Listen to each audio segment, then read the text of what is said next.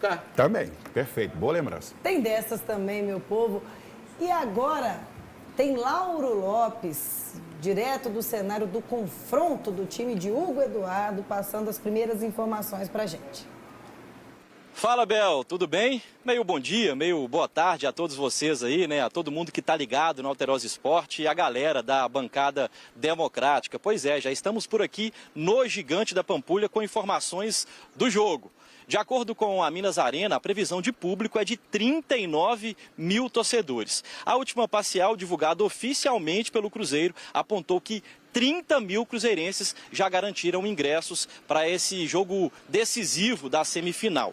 Os valores dos ingressos partem de R$ 45, desconto já de meia entrada, e vão até R$ 275. Esse é o valor do camarote no setor vermelho. Esplanada e portões se abrem no mesmo horário a partir das 2h30 da tarde. Informação importante, a arbitragem mineira para esse jogo, viu? O juiz é o Felipe Fernandes de Lima, assistente de número 1, o Guilherme Dias Camilo, assistente de número 2, Celso Luiz da Silva. O VAR quem comanda é o Marco Aurélio Augusto. Sobre o time do Cruzeiro, informações. Time do Cruzeiro que finalizou hoje pela manhã a preparação na Toca da Raposa. O argentino Dineno deve reaparecer entre os titulares. Ele começou no banco de reservas no último fim de semana no Vale do Aço por conta de um desgaste físico. Quem está liberado para jogar é o Lucas Romero. Ele foi julgado e ganhou apenas uma advertência no TJD. Em contrapartida, o técnico celeste tem 2 desfalques importantes. Foram expulsos lá em Patinga contra o Tombense, o Zé Ivaldo e o lateral Marlon. Os substitutos naturais são o Neres e o Vidalba. Então são essas as informações do Cruzeiro, que precisa apenas de um empate aqui amanhã no Mineirão para avançar à grande decisão do estadual. Tá ok, Bel? Daqui a pouquinho eu volto lá do Independência com informações de América e Atlético. Até já, um abraço. E espero que o Larcamon não esteja pensando em entrar com o regulamento debaixo do braço. Diante do seu torcedor e no Mineirão, o Cruzeiro tem que se impor. Respeito máximo à equipe do Tombense, mas o Cruzeiro tem que se impor. Segundo ponto importante para essa partida. Meu amigo, que todos os focos e os holofotes saiam da arbitragem. Que o árbitro não queira aparecer mais que os jogadores. Que seja apenas o futebol jogado o grande destaque. Porque o Zanovelli, meu amigo, quis aparecer demais na semifinal e complicou muito a partida. Complicou demais a partida, principalmente sendo muito rigoroso. Não na situação do Zé Ivaldo, que ali realmente era lance para cartão vermelho, é indiscutível isso, não tem por que discutir. Na situação do Marlon e outras situações, algumas ele fez vista grossa e para outras ele foi mais severo. Como é o caso da Sola, por exemplo, que o Marlon levou, já estava pé da vida. Na hora que chega para tomar o cartão amarelo e o vermelho, evidentemente que o camarada, bravo como estava na adrenalina do jogo, porque o juiz não tomou uma atitude ali, ele vai realmente se manifestar daquela forma mais veemente, do jeito que ele foi lá. Segundo ponto, né? Galera, chega cedo no Mineirão e entra cedo para a partida para não dar complicação nas catracas e depois não ter que ficar brigando com os funcionários do Mineirão, que não tem nada a ver com o BO da turma chegar atrasado no Mineirão, beleza? Então chegue cedo, entre cedo, pode tomar sua cervejinha, mas vai de boa e chega cedo no Mineirão. E vamos que vamos. Esses dois não vai rir neste final de semana. Ou é a torcida do Tombense, ou é a torcida do Cruzeiro. Por enquanto, tá muito aberto esse resultado ainda, muito aberto, né, Elgão? Mas vamos acompanhar esse pré-jogo.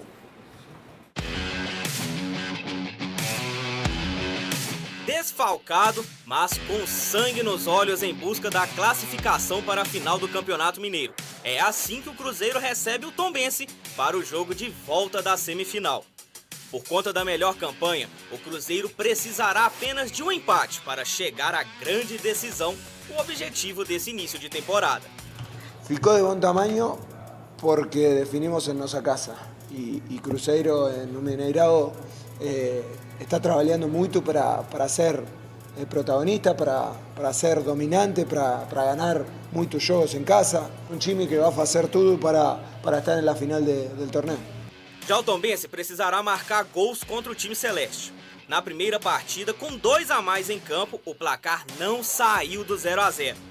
E para essa missão nada fácil, o time do interior vai precisar muito do artilheiro do campeonato, Igor Bahia, que tem 6 gols na competição. O retrospecto é todo a favor do time celeste. Ao todo são 13 jogos, com 7 vitórias do time da capital, 4 empates e apenas 2 vitórias do Avião Carcará. Em caso de triunfo cruzeirense, o time voltará à final após uma edição ausente. Já o Tombense voltará a figurar novamente entre os 2 melhores, coisa que não acontecia desde 2020. Início de competição, início de temporada foi meio conturbado, né? Porque a gente tem um primeiro jogo contra o Vila Nova mais apertado assim, todo mundo falou assim, olha, é natural que no primeiro jogo realmente você passe por essas dificuldades. Depois vai vir em consideração por ser um clássico e de repente já está querendo ser muito exigente. Depois tem um jogo com o Atlético, algumas complicações de arbitragem. E depois disso, a gente ficou esperando o time do Cruzeiro engrenar e parece que agora, enfim, é um time que engrenou. Parece que deu uma engrenada. Algumas peças ali que eu acho que o Larcamon tem que mexer. Principalmente ali no meio-campo, acho que o Matheus Vital realmente não é o jogador ideal para aquela função ali. Acho que você pode colocar um jogador de mais mobilidade que vai facilitar, inclusive, o trabalho do Matheus Pereira. Acho que nessa semifinal, o Cruzeiro tem que começar a prestar atenção também nas peças que ele vai precisar agora. É o caso, por exemplo, do Vidalba e também com o João Marcelo, que acredito que ele vai ser mais deslocado aí para o lado esquerdo. Daqui a pouco na escalação eu falo melhor sobre isso. E é necessário que a gente possa entender também as dificuldades que teve também no decorrer, principalmente na eliminação contra o Souza. Por quê? Foi um dilúvio no dia. Não justifica a eliminação. E ainda bem que o time não colocou a culpa na chuva por aquele dia. E eu também não coloco. Porque se você é um time que tem o investimento que tem e você é eliminado da forma que foi, é sim de você ficar preocupado com o rendimento e qualidade do time. Mas acho que o Cruzeiro tem tudo para poder começar, pelo menos, o Campeonato Brasileiro bem e jogando bem essa fase semifinal e fase final do Campeonato Mineiro, se a gente passar. E atendendo a uma ordem de Toledo, Lauro Lopes está prontamente direto do Independência, Laurinho. Tudo bem com você, meu querido? Fala, Bel. Tudo ótimo. Boa tarde novamente a vocês. Pois é, agora já aqui no Horto, nos arredores do Independência, para trazer informações sobre o clássico desse fim de semana, né? No domingo, jogo decisivo da semifinal do Campeonato Mineiro. E ó, o América, para tentar reverter essa vantagem aí, está confiando muito na torcida. Para quem é sócio Onda Verde, por exemplo, tem ingresso a partir de R$16. O preço tá bom, hein? Não tem desculpa para não aparecer aqui para apoiar o time nesse fim de semana.